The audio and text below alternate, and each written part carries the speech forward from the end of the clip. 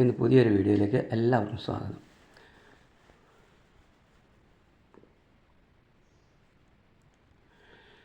നേരത്തെ ഇവിടെ നട്ടുവച്ചിരുന്ന നമ്മുടെ ഇതിനു മുമ്പ് ചെയ്ത വീഡിയോ നമ്മുടെ ഗ്രോ ബാഗിൽ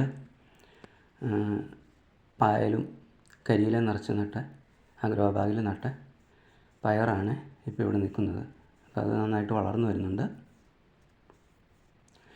നമ്മുടെ മുളക് ഒക്കെ നേരത്തെ കൃഷിഭവനിൽ നിന്ന് കിട്ടിയത് മുളകൊക്കെ നമ്മൾ മുളക്, വഴുതന,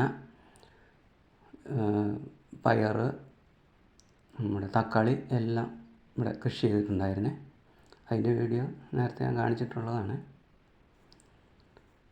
ഇപ്പം മുളകൊക്കെ നന്നായിട്ട് വളർന്നു വന്ന് എല്ലാ മുളകും നന്നായിട്ട് വളർന്നു വന്ന് നിൽക്കുന്നുണ്ട്. നമുക്ക് വിളവെടുക്കാൻ പാകത്തിനായിട്ട് നിൽക്കുകയാണ്. അപ്പോൾ ഇത് ഒരു ഗ്രോ ബാഗിൽ ഞാൻ 2 മുളക് തൈയാണ് വച്ചിരുന്നത്.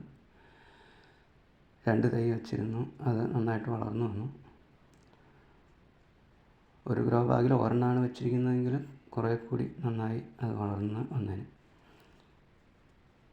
പിന്നെ നമ്മുടെ വഴുതനയുണ്ട്. വഴുതനയൊക്കെ 2 വഴുതന വീതമാണ് ഒരു ഗ്രോ ബാഗിൽ വെച്ചത്. അത് നന്നായിട്ട് വളർന്നു വരുന്നുണ്ട്. ഇപ്പോൾ വഴുതനയൊക്കെ പൂവിട്ട് തുടങ്ങി.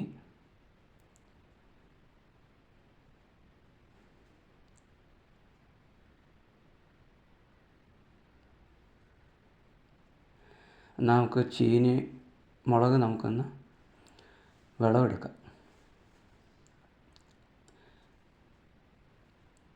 ഒരു നിരപ്പ് പൂവിട്ട് കഴിയുമ്പോൾ അത് എല്ലാം ഒരുമിച്ച് ഒരേ മൂപ്പിൽ വരുന്ന മുളകാണ്. അപ്പോൾ ആ മുളക് നമ്മൾ ആദ്യമായിട്ട് എല്ലാം ഒരുപോലെ മൂത്ത് വന്നതും ഒരുപോലെ വളർന്നതും ആയിരിക്കും. അപ്പോൾ അത് നമുക്കെല്ലാം നന്നായിട്ട് മുഴുവനായിട്ടും വിളവെടുക്കാൻ ഒരുമിച്ച് വിളവെടുക്കാൻ പറ്റും. നല്ല നീളമുള്ള മുളകൊക്കെയാണ്.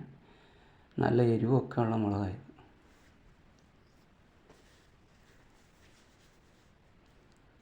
അത് മുഴുവനായിട്ടും നമുക്കൊന്ന് പറിച്ചെടുക്കണം.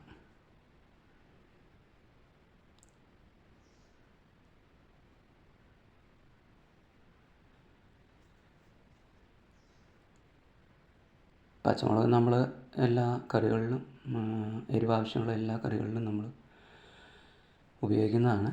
എന്നാലും നല്ല എരിവുള്ള മുളകാണ്. അതുകൊണ്ട് കുറച്ച് 2-3 മുളകൊക്കെ ഉപയോഗിച്ചാൽ മതി.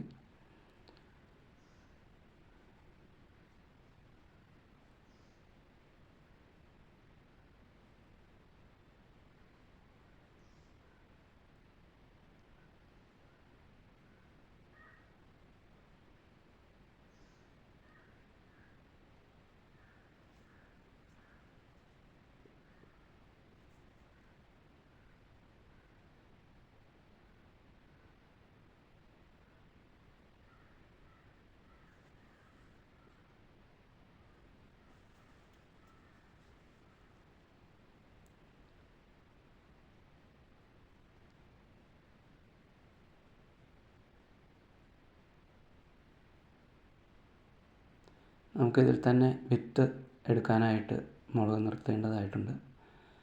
അപ്പോൾ അത് വിത്തെടുക്കാൻ വേണ്ടി നമുക്ക് ഏറ്റവും മൂത്തതാണ്. അതാദ്യം വിത്തെടുക്കാനായിട്ട് അവിടെ നിർത്തിയേക്കാം.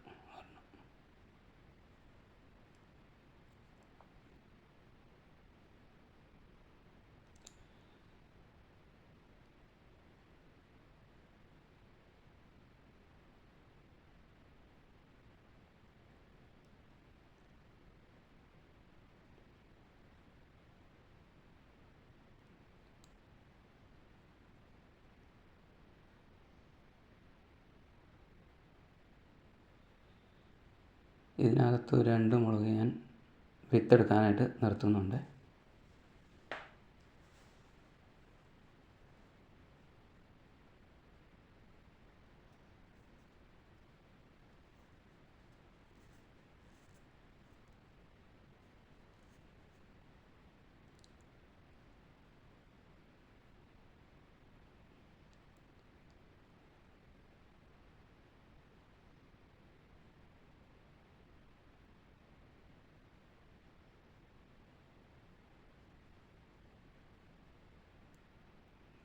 അപ്പോൾ ഇത്രയും മുളക് നമുക്ക് കിട്ടിയിട്ടുണ്ട്.